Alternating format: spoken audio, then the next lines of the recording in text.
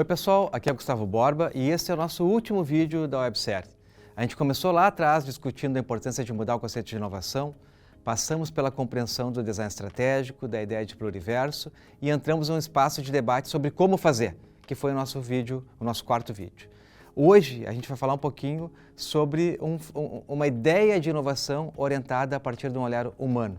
Porque na realidade todas essas ferramentas, workshops e possibilidades projetuais, elas dependem da nossa humanidade.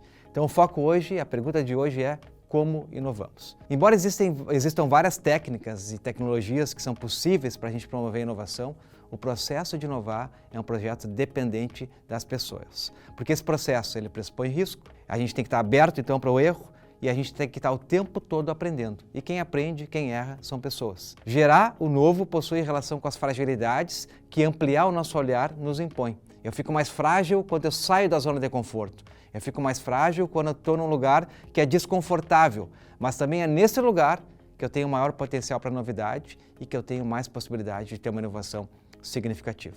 Ali também tem risco.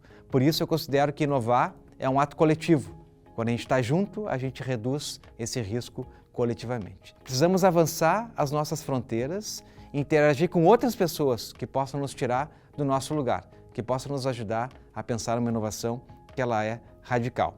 Inovar é, de fato, um ato humano, um ato que pressupõe aprender errando, pressupõe risco, pressupõe se dar bem com alguém, pressupõe entender alguém só pelo olhar, pressupõe especialmente reconhecer uma série de características que a gente tem e no coletivo promover a novidade no encontro dessas características.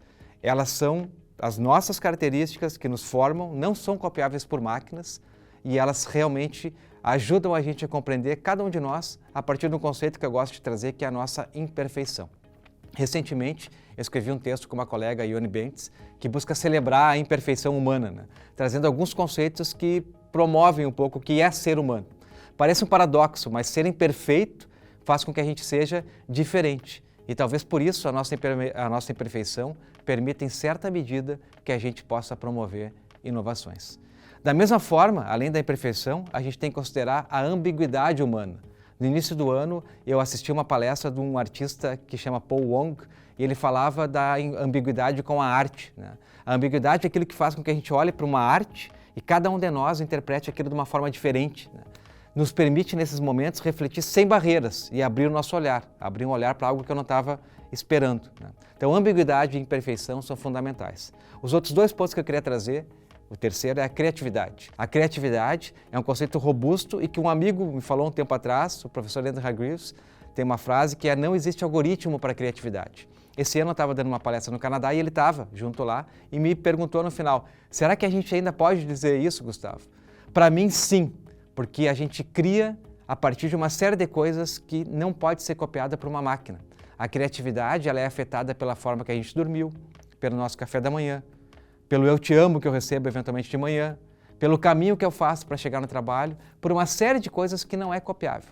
O que pode ser copiável está relacionado a um tipo de inteligência, lógico-matemática, por exemplo, mas não a criatividade. E isso é uma característica humana. Ela pode ser eventualmente produzida, mas nunca copiada como a gente faria. E o último ponto, e talvez o mais importante que eu queria trazer para vocês, é a cooperação. Inovar é um ato coletivo e cooperar é fundamental. São inúmeros os casos de cooperação. Recentemente a gente teve na saúde, por exemplo, os esforços coletivos para buscar a vacina contra a Covid-19. O fato é que cooperar é fundamental para que a gente possa aproveitar as competências que cada um tem, porque a gente não tem todas as competências. E inovar, como eu falei, é um ato coletivo. Como que a gente inova? Me parece que é preciso reconhecer a nossa imperfeição, entender a ambiguidade, compreender a criatividade humana e saber que a gente trabalha juntos como um coletivo. A nossa cooperação ela é fundamental para o processo de inovação. Esses elementos todos são importantes, mas eles são limitados quando a gente não tem um método de inovação robusto para avançar. É por isso que eu propus aqui um diálogo sobre algumas possibilidades que o design estratégico nos traz. Eu considero esse espaço como um dos principais métodos para a inovação, um método que reconhece a nossa humanidade e que amplia o nosso olhar. Fica aqui o convite para vocês irem além disso, buscarem mais informações sobre design estratégico, buscarem novas possibilidades para ampliar o olhar de vocês e para produzir efetivamente inovações que não são melhores ou piores, elas são diferentes, mas elas têm a possibilidade de ter uma maior robustez por conta de terem olhares mais abrangentes. Inovar é um ato coletivo e para isso é importante que a gente também troque ideias. Então eu espero que a gente possa continuar essa conversa em outros espaços. Me procurem se vocês quiserem nas redes, no Instagram se quiserem buscar lá Prof. Gustavo Borba, e a gente pode começar um diálogo para que vocês também tragam para mim processos que vocês acreditam que estão dando certo e eu possa também aprender a partir de diferentes olhares, porque é nisso que eu acredito. Quando a gente troca as ideias, a gente sai melhor e a gente consegue fazer processos mais robustos para todo mundo. Muito obrigado pelo tempo de vocês, pela atenção e tudo de bom para cada uma, para cada um.